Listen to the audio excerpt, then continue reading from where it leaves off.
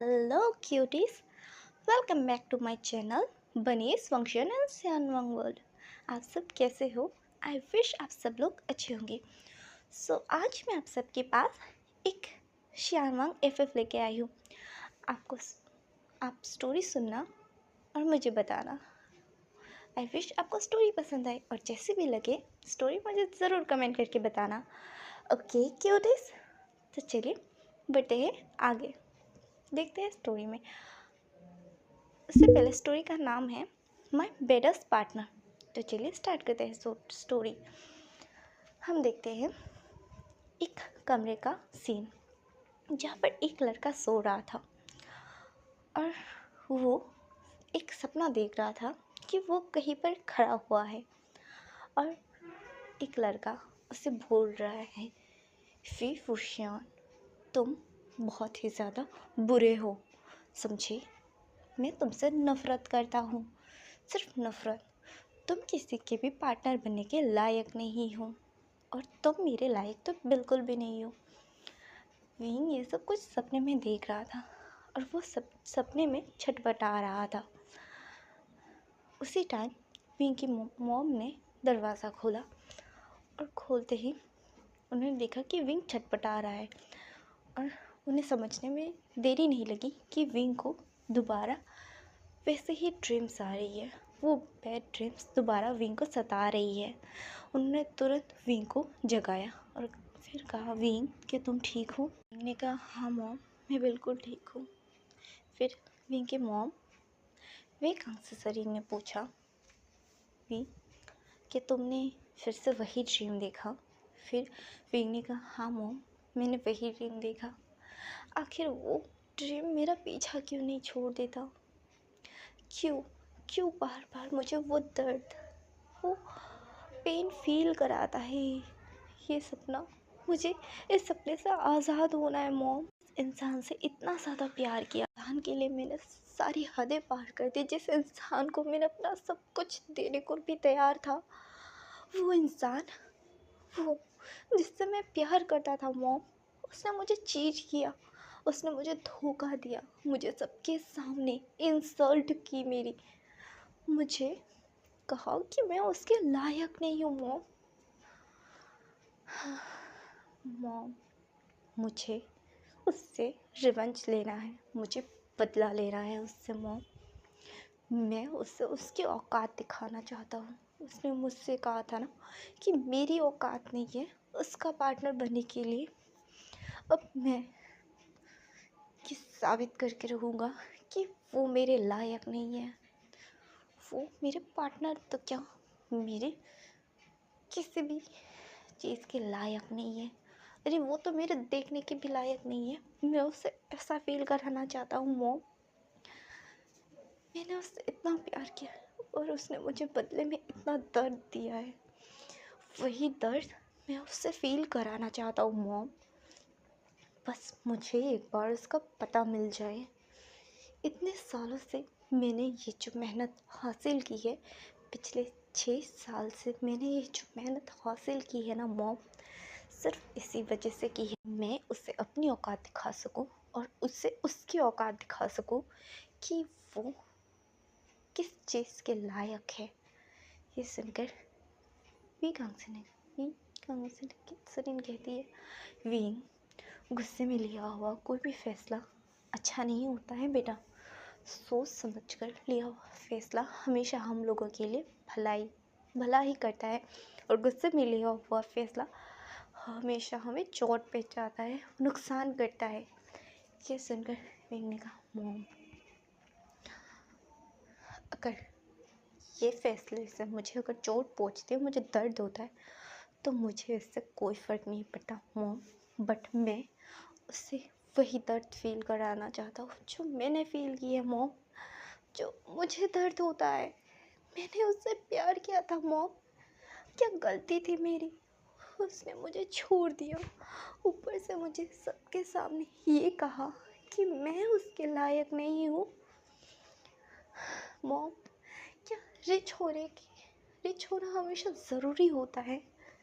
ये सुनकर एक आंसर ने कहा, बेटा ऐसा नहीं होता है, फिर उधर से वे जंग से आते हुए कहा, वी, कभी कभी हमें जो दिखता है ना वो होता नहीं है। फिर वे जंग से ने कहा, और मुझे नहीं लगता कि वो वैसा इंसान था, वो पैसों पे मरने वालों में से नहीं था। वी, कोई तो मजबूरी होगी उसकी, तुम्हें पता लगाना चाहिए ना उस बारे में। फिर विंग ने कहा, मॉम डैड, आप लोग उसकी सपोर्ट लेना बंद कीजिए, और वो कोई भी धूत का धुला हुआ नहीं है, वो बस दिखावा करता था अच्छा बनने का, बट वो अच्छा बिल्कुल भी नहीं है मॉम डैड, वो बहुत ही ज़्यादा बुरा है, और मैं बदला लेकर रहूँगा उससे। उसने जो मेरी इंसल्ट किए उसकी कीमत उसे चुकानी पड़ेगी मॉम डैड, कहकर विंग अपने बेड से उठ गया और वो फ्रेश होने के लिए बाथरूम चला गया। यहाँ पर हमें कुछ नहीं बताया जाता कि आखिर ऐसा क्या हुआ है, आखिर कौन है वो जिसकी वजह से विंग इतने गुस्से में है और विंग उससे बदला लेना चाहता है। ये तो हमें स्टोरी के आगे पता चलेगा। हम दूसरी साइड देखते हैं हमारे सेकंड मेन लीड यानी लान वांग जी को। और मैं बता दूँ, ये कोई ओमेगा वर्स फैन फिक्शन नहीं है, ये नॉर्मल स्टोरी है, यानी BL लव स्टोरी है ये। ओके क्यूटीज, तो चलिए बढ़ते हैं आगे। वांग जी उठता है और वो रेडी हो रहा था। फिर मैडम लैन ने कहा, जी तुम उठ गए, क्या तुमने शावर ले लिया? मैंने कहा, हाँ मॉम, मैंने शावर ले लिया। बट वांग जी कुछ अलग था, जैसे कि मतलब होता है ना, वो बात नहीं करना चाहता अपनी फैमिली से, वो थोड़ा सा रूड तरीके से अपनी मॉम से बात कर रहा था और उनका सही सही जवाब भी नहीं दे रहा था। और मैडम लैन वहाँ से यानी कमरे में, वांग जी के कमरे से बाहर आते हुए एक लंबी सी सांस ली और फिर उन्होंने कहा, एक गलती की वजह से हमने हमारी बेटी की खुशियों को बर्बाद कर दिया। साल हो चुका है, वांग जी ने आज तक हमसे ठीक तरीके से बात तक नहीं की है और उसके फेस में हमने स्माइल ही नहीं देखी। उसके फेस में स्माइल आए हुए कितने साल हो चुके हैं, फेस में स्माइल देखे हुए करीब 6 साल हो चुके हैं हम लोगों को। पता नहीं कब मैं अपने बच्चे को पहले की तरह वैसे ही खुश देखूंगी, पता नहीं कब उसके इस मुरझाए से चेहरे पर वो दोबारा से वही स्माइल आएगी, पता नहीं कब मैं अपने बच्चे को फिर से वैसे देख पाऊंगी, हंसते खेलते मुस्कुराते हुए। चुलबुला सा वांग जी मेरा खो गया है, सिर्फ एक गलती की वजह से सब कुछ चेंज हो चुका है। और ये कहकर उन्होंने एक गहरी सी सांस ली। वो ब्रेकफास्ट टेबल के वहाँ आके बैठ गई। थोड़ी देर बाद वांग जी भी आता है और वो भी ब्रेकफास्ट करने के लिए बैठ जाता है। तभी वांग जी के अंकल लैन गुरन कहते हैं, वांग जी क्या आज तुम्हारा ऑफिस है? फिर वांग जी ने कहा, हाँ मेरा ऑफिस है। वांग जी के ऐसे रूड टोन सुनकर अंकल कुरैन को भी बुरा लग रहा है, बट वो क्या कर सकते थे, उनकी ही गलती थी। वांग जी की इस बिहेवियर के पीछे उन सबकी ही गलती थी, उन सबका ही हाथ था। अब पछताकर भी कोई फ़ायदा नहीं है, जब सब कुछ हाथ से निकल चुका है, अब पछताने से क्या होगा। आपको पता है क्यूटीज, मैं एक बात बोलती हूँ, अगर हम कभी गलती करते हैं ना, उसे हमें टाइम पर सुधार लेना चाहिए। कहते हैं ना, टाइम पर गलती हुई की हुई गलती अगर टाइम पर सुधार ले तो रिश्ते ख़राब नहीं होते। बट अगर आप उन्हें सुधारने में टाइम लगाओगे, उन्हें इग्नोर करोगे, उन्हें वक्त नहीं दोगे, तो दिन ब दिन वो जो दर्द है, वो जो ज़ख्म है ना दिया हुआ, वो बढ़ता जाता है। और ऐसा ही कुछ हमारे वांग जी के साथ भी हो रहा है। हम लोग आते हैं पॉइंट में, स्टोरी में आते हैं, हम लोग देखते हैं वांग जी अपना ब्रेकफास्ट करता है और करने के बाद अपना ऑफिस बैग उठाता है और वो चुपचाप वहाँ से यानी ब्रेकफास्ट टेबल से उठ जाता है, बिना किसी को कुछ बोले, बिना किसी को गुड बाय किए वो घर से बाहर चला जाता है। से निकलते ही उसका ड्राइवर उसके लिए कार लेकर आ जाता है। वांग जी कार में बैठता है और ड्राइवर को ऑफिस ले जाने के लिए बोलता है, और वो चुपचाप कार में बैठा हुआ था, वो बात नहीं कर रहा था। वांग जी पहले कभी हंसता था, चुलबुला सा था, बहुत ही ज़्यादा शैतान शरारती हुआ करता था, अब वो Wangji heartless, stone face, poker face हो चुका है। उसे किसी से भी कोई मतलब नहीं है, किसी की भी कोई चिंता नहीं है, किसी से भी कोई फ़र्क नहीं पड़ता। वांग जी की लाइफ में सिवाय वर्क के कुछ भी नहीं बचा हुआ है। आखिर वांग जी की लाइफ में ऐसा क्या हुआ था और वांग जी ऐसा क्यों बना, ये हमें स्टोरी के आगे पता चलेगा। ओके, हम आते हैं स्टोरी में। की तरह देखते हैं, विंग शावर ले चुका था, वो नीचे ब्रेकफास्ट टेबल पर आता है और बोलता है, मॉम जल्दी से ब्रेकफास्ट दीजिए ना, मुझे बहुत ज़्यादा भूख लगी है। ये सुनकर विंग आंसर सरीन कहती है, यानी मैडम की सॉरी विंग की मॉम बोलती है, हाँ हाँ ठीक है। और तभी मेरे म्यू बोलती है, विंग तुम्हें नहीं लगता कि तुम्हें हम सब का भी वेट करना चाहिए? फिर विंग कहता है, आंट मैं आप सबका वेट ही कर रहा था, इसी वजह से मैंने अभी तक ब्रेकफास्ट नहीं किया, वरना आपको पता है ना विंग बहुत ही जल्दी ब्रेकफास्ट करता है, और विंग को आप सबके बिना ब्रेकफास्ट करने की आदत नहीं है, तो विंग आपका हमेशा इंतज़ार करेगा। आंट आप लोग टेंशन मत लो, विंग इतने टाइम से आप लोगों का ही इंतज़ार कर रहा था।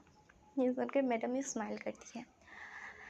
मैडम यू विंग की आंटी है, और मैडम यू विंग को अपने बच्चों से भी ज़्यादा प्यार करती है। मैडम यू के 2 बच्चे हैं, एक जियांग यानली और दूसरा जियांग चेंग।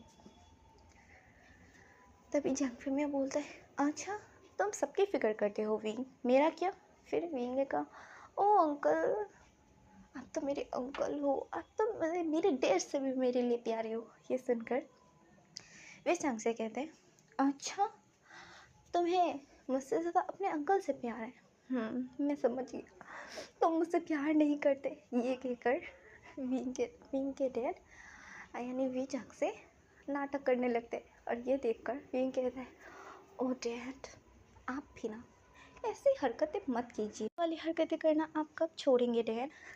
ये सुनकर वी जंग से हंसने लगते और कहता है, जब मुझे मेरे ग्रैंडसन या ग्रैंड डॉटर मिल जाए तब। ये सुनकर विंग कहता है, डैड। वी चांग से कहते हैं, अच्छा ठीक है मैं कुछ नहीं बोल रहा, ठीक है चलो हम लोग ब्रेकफास्ट करते हैं। ये सुनकर विंग ने स्माइल किया और फिर कहा, सही कहा, मुझे बहुत ज़्यादा भूख लगी है। ये सुनकर जियांग यानली ने कहा, मुझे भी बहुत ज़्यादा भूख लगी है आशियान। जियांग फैमिली और वी फैमिली एक ही साथ रहती है। जियांगचेंग भी वही बैठा था। जियांगचेंग ने कहा, विंग वैसे आज ऑफिस में कितना काम है? फिर विंग ने कहा, हाँ बहुत ज़्यादा काम है। फिर जियांगचेंग ने कहा, अच्छा मैं सोच रहा था मैं आज ऑफिस नहीं आना, मुझे थोड़ा वर्क है विंग, मुझे बाहर जाना होगा। फिर विंग जियांगचेंग को देखता है और फिर कहता है, कोई बात नहीं जियांगचेंग, तुम्हें अगर वर्क है तो तुम जाओ, मैं हैंडल कर लूँगा।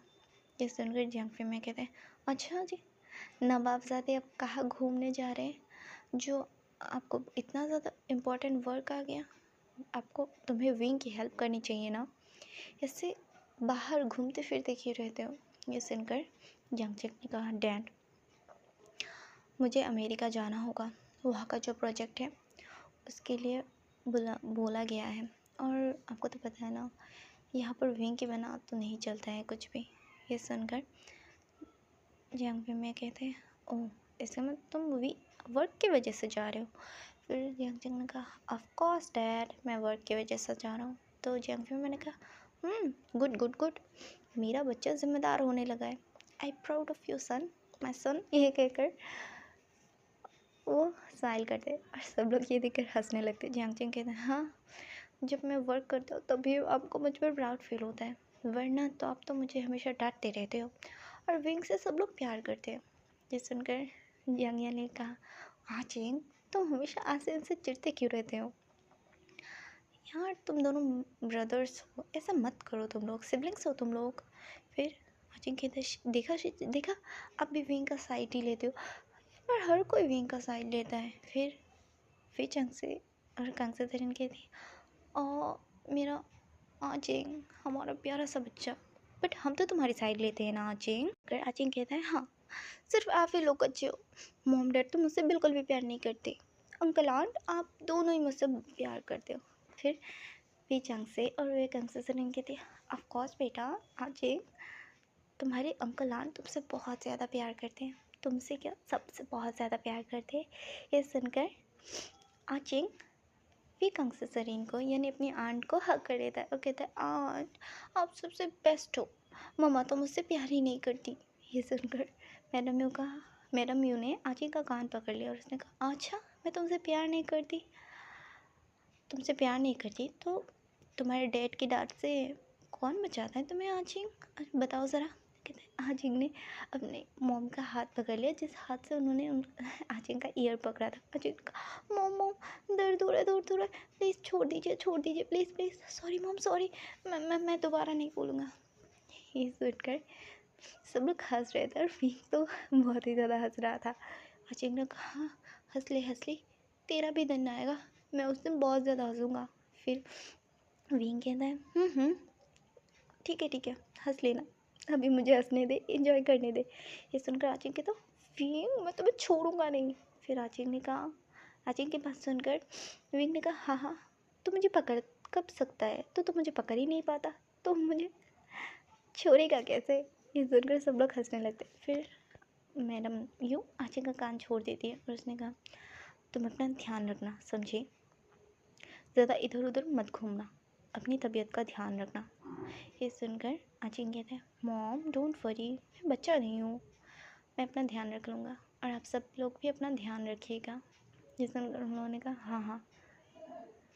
थोड़ी देर बाद उन सबका ब्रेकफास्ट होता है और वो अपने वर्क के लिए निकल जाते हैं। वो अपने प्राइवेट जेट लेकर निकल गया था क्योंकि आज उसका एक बहुत बड़ा इम्पोर्टेंट मीटिंग था, यानी रात को 12 बजे उनका मीटिंग था और आचिंग को पहुंचना था।